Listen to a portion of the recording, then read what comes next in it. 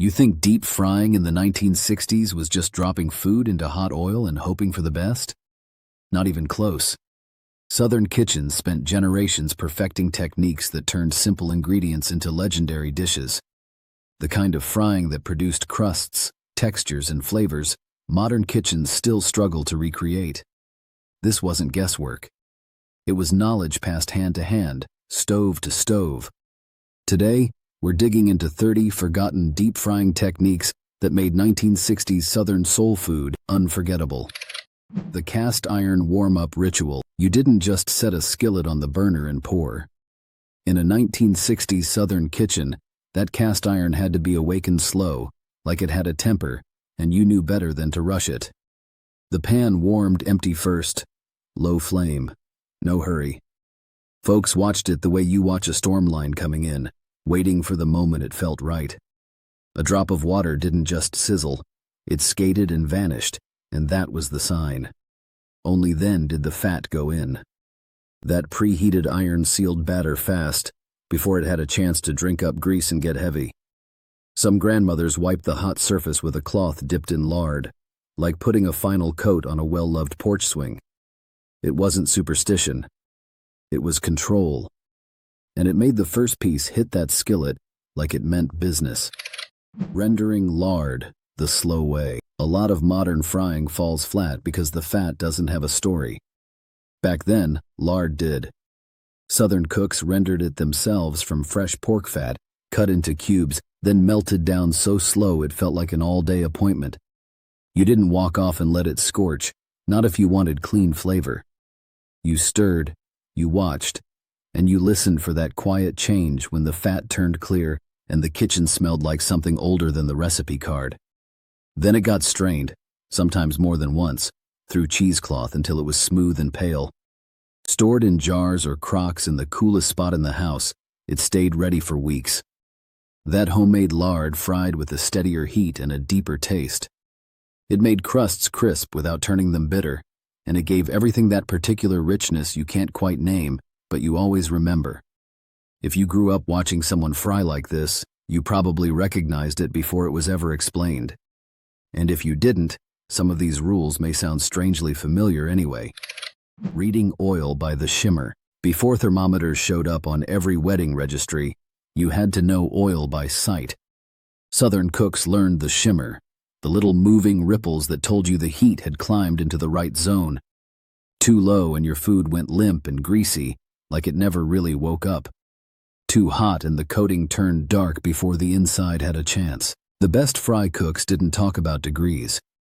They talked about the way the oil looked alive, just slightly restless, not smoking hard, but giving you that warning whisper. This was learned standing beside somebody older, not from a pamphlet. Not yet, they'd say, and you'd wait. And the waiting was what kept the crust from failing. The dry protein rule. Before dredging, here's something that got treated like common sense. You don't dredge wet meat. If chicken came out of a soak or the sink, it got patted dry first, every time. Paper towels, a clean cloth, whatever you had. Moisture made steam, and steam made your coating slip and blister off, leaving bald spots and loose flour floating in the oil like snowdrifts. Southern cooks wanted the flour to grab and hold, so they started with a dry surface. Then the seasoned flour got pressed in, not sprinkled on like decoration. A real dredge had intention. And when it hit the pan, it stayed put. The heavy seasoned flour pan. Seasoned flour wasn't an afterthought. In plenty of Southern kitchens, the flour pan was practically a permanent fixture, like the sugar canister. Salt, black pepper, paprika, maybe garlic powder or cayenne, and it wasn't measured with spoons so much as poured with confidence. The flour was spread wide in a shallow pan so pieces could turn without crowding, and cooks pressed it into every crease, every edge. Then came that practiced shake, not wild, just enough to knock off what didn't belong. Some households refreshed the same flour through the day, adding more as needed so the seasoning built up naturally. That's how you got crust that tasted like it had been taught by the kitchen itself, not just coated and cooked. There's usually one pan, one smell, or one sound that brings all of this back at once. It's different for everyone, but once it hits, you don't forget it. Cornmeal had its own rules. Southern cooks didn't treat cornmeal like flour because it wasn't. It browned faster, burned easier, and demanded attention the second it hit hot fat. That's why the grind mattered. Coarser meal went on fish. Finer meal worked better on vegetables. Some cooks cut it with a little flour to help it stick, while others used straight cornmeal and trusted their oil control. Seasoning went directly into the meal, not sprinkled on later. When food was pressed into it, that coating formed a shell that stayed intact through the fry. If your temperature slipped even slightly, cornmeal told on you fast. Done right, though, it delivered that unmistakable crunch that defined real Southern fried catfish. Buttermilk was about grip, not just tenderness. Buttermilk soaking did more than soften meat. It created a surface that flour could hold onto. Chicken went into the bowl and came out tacky, ready for dredging. In many kitchens, this soak happened hours ahead of time, sometimes overnight, and nobody rushed it. Some families stirred hot sauce into the buttermilk so flavor worked its way in before the pan ever heated up. When pieces came out of the soak, they weren't dripping wet, they were right. That cling is what kept the coating from sliding off and left the crust attached where it belonged. Double dredging built the crust. You remember that thick, craggy crust people still chase didn't happen by accident. It came from layering. Flour first, then liquid, then back into flour again. Some cooks swapped the second flour pass for cornmeal or crushed crackers, depending on what they were frying. The key wasn't speed. Each layer had to sit for a moment and settle. Rush it, and the coating slipped in the oil. Let it set, and you got ridges and folds that held seasoning and stayed crisp long after the food came out of the pan. This was the difference between fried chicken and that fried chicken. The paper bag, shake.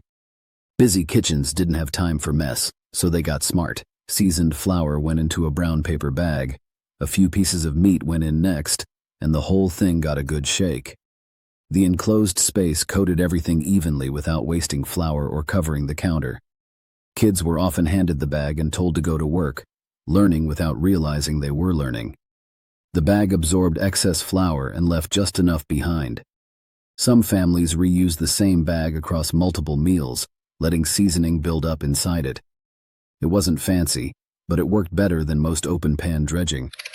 Letting the coating rest before frying. This is where patience showed. After dredging, coated pieces didn't go straight into the oil.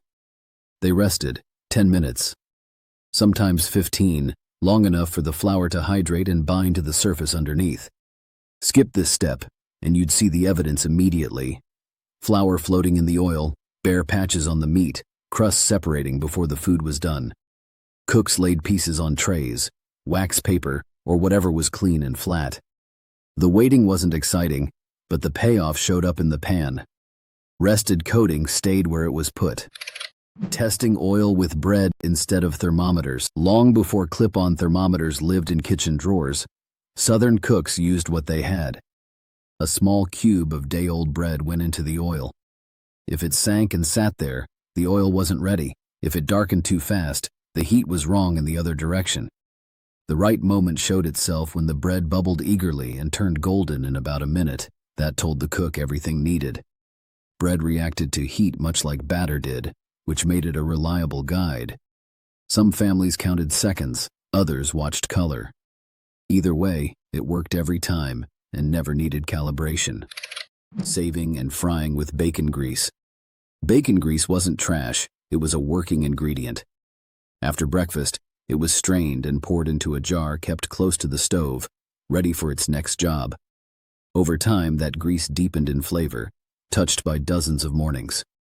It fried eggs, cornbread, vegetables, and sometimes meat when nothing else was on hand.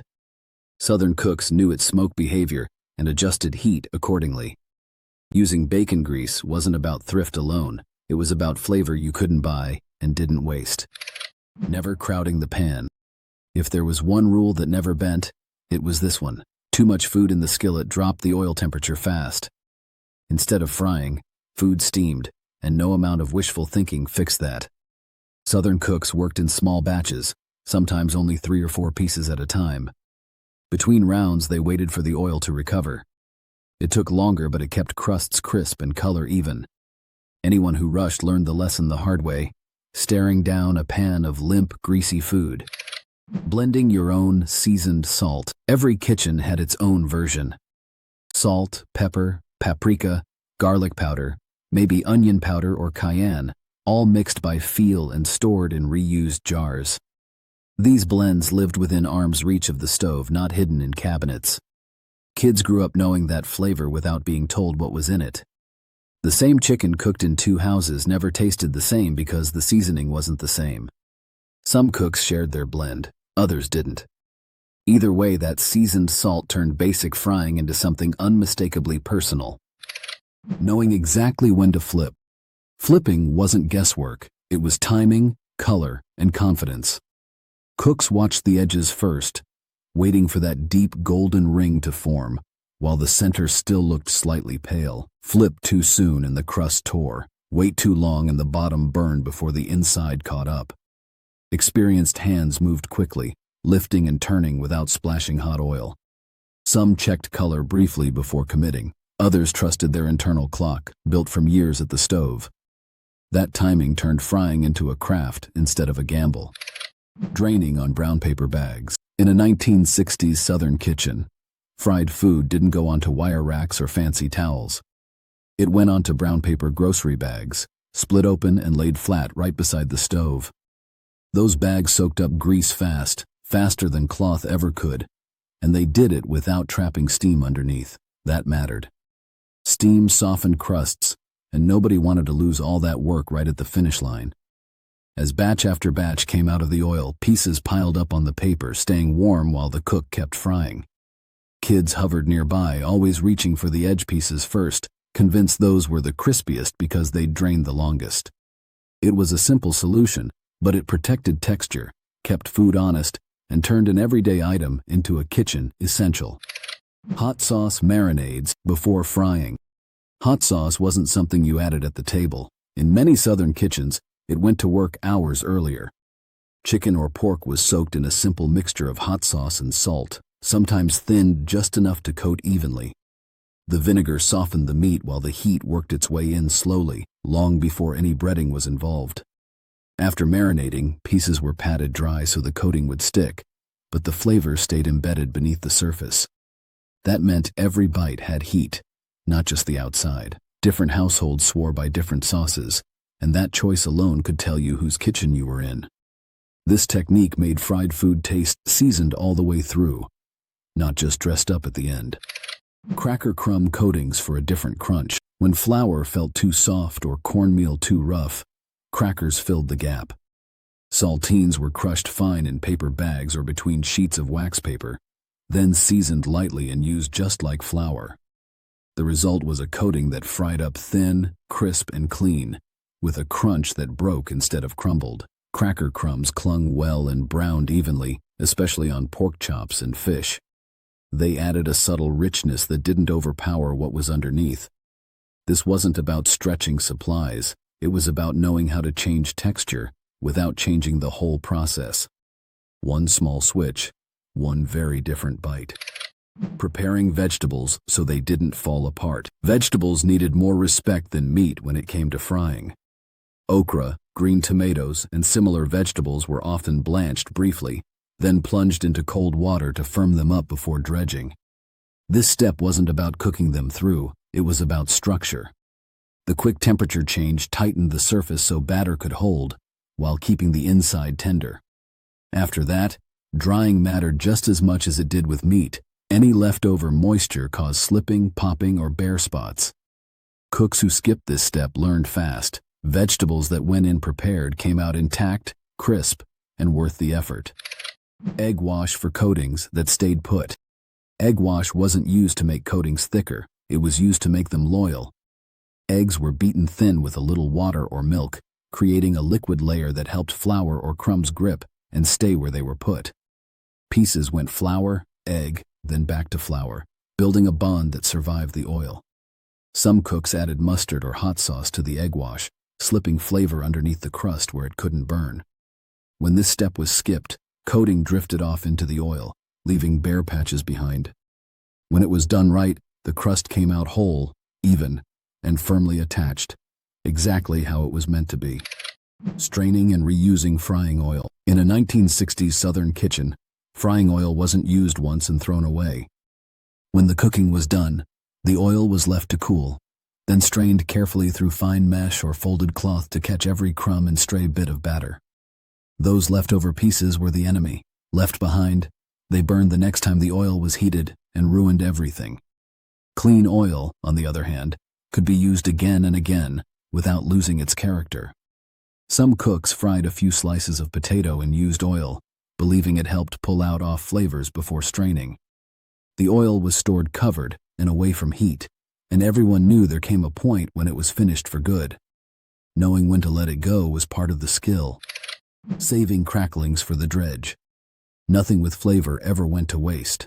When lard was rendered, the crisp brown bits left behind weren't tossed aside.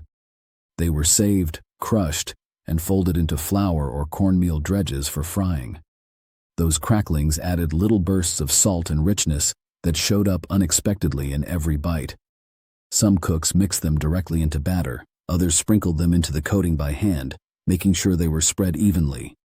This technique worked especially well with fish and chicken, where the contrast between tender meat and crunchy bits made the crust feel alive.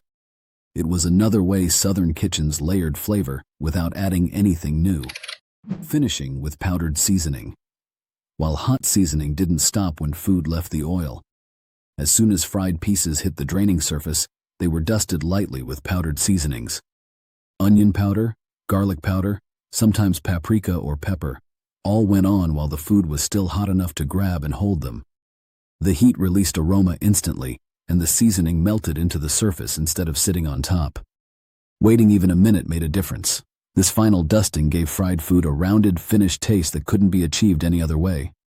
It was quiet, quick, and completely intentional. Covering the pan to finish thick cuts. Thin pieces cooked fast, but thick cuts needed help. Large chicken pieces or pork chops could brown beautifully on the outside while staying underdone near the bone. Southern cooks solved this by lowering the heat and covering the pan briefly after both sides were golden. The trapped steam finished the inside without burning the crust. This step required attention. Leave it covered too long and the coating softened. Done just right, the food came out crisp on the outside and fully cooked all the way through. This was the kind of technique you learned after ruining a few batches and never forgot. Pepper vinegar at the very end. Pepper vinegar wasn't a garnish, it was a finishing move. Bottles sat near the stove, made by steeping hot peppers in vinegar for weeks until the liquid carried heat and bite. Just a few shakes over freshly fried food cut through the richness and sharpened the flavor without soaking the crust. The vinegar flashed off on contact, leaving pepper behind where it belonged.